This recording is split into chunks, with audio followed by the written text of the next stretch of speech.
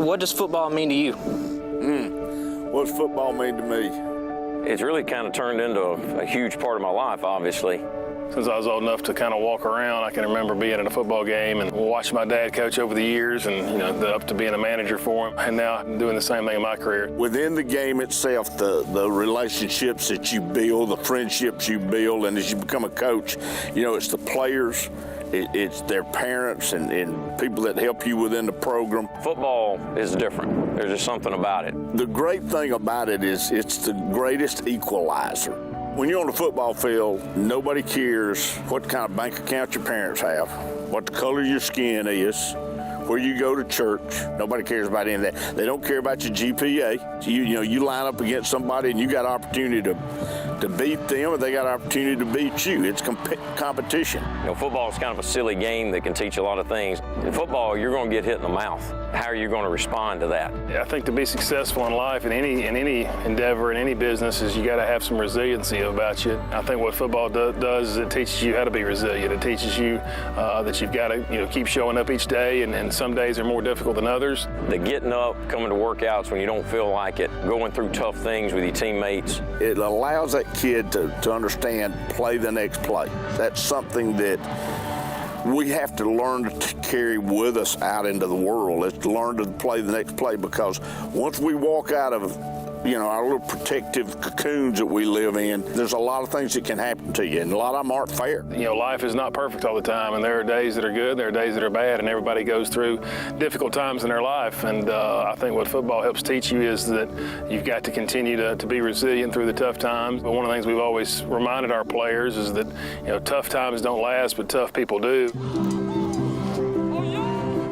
There ain't nothing like a Friday night. Being in your hometown, playing for your hometown team with your buddies that you grew up with. Hearing the band and seeing the kids and the people get excited. What's the pride that they had when they bust through that sign and the cannon went off? There's so many guys who played here, whose sons that play here, whose grandsons play here.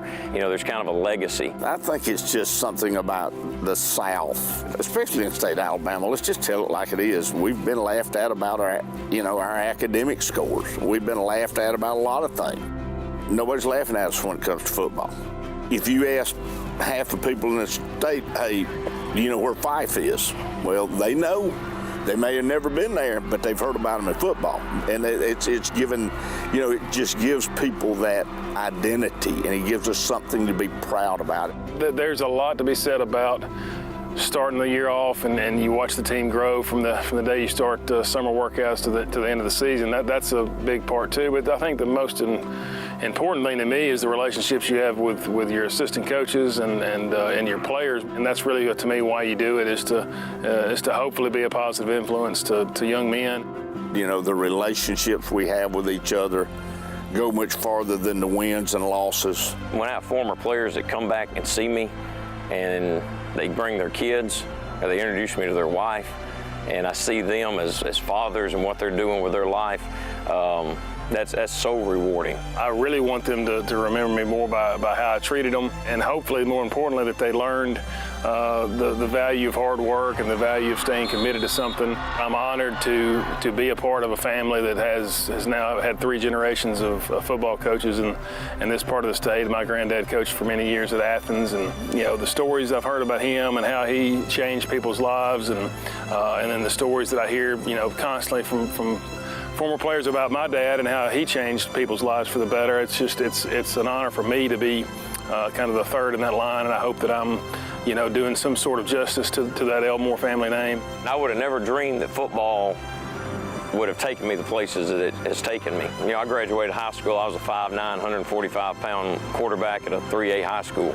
And I thought I was going to be a baseball player or possibly a basketball player. The last thing I thought I would be at the next level was a football player. And UNA gave me that opportunity, and then I got there at a good time, and some great things happened. But, it allowed me to get on an airplane for the first time. It allowed me to go to the White House and meet the president, and then it wound up being a career for me. And now my sons, my 2 oldest sons, are on staff with me. My youngest son plays quarterback for us. My wife's here cooking for our team and serving our team. My daughter-in-law helps serve our team and brings my grandson. It's just a really cool deal that my whole family's involved in. I personally think it's the greatest game that there is. I will always say that, and I love them all, and I've coached them all, and I've played them all. But you don't have to be a great athlete to be competitive and to play in this game. All you got to have is enough guts and want to be there and have a relentless effort time after time after time, refuse to be beaten, and you'll get your chance one day.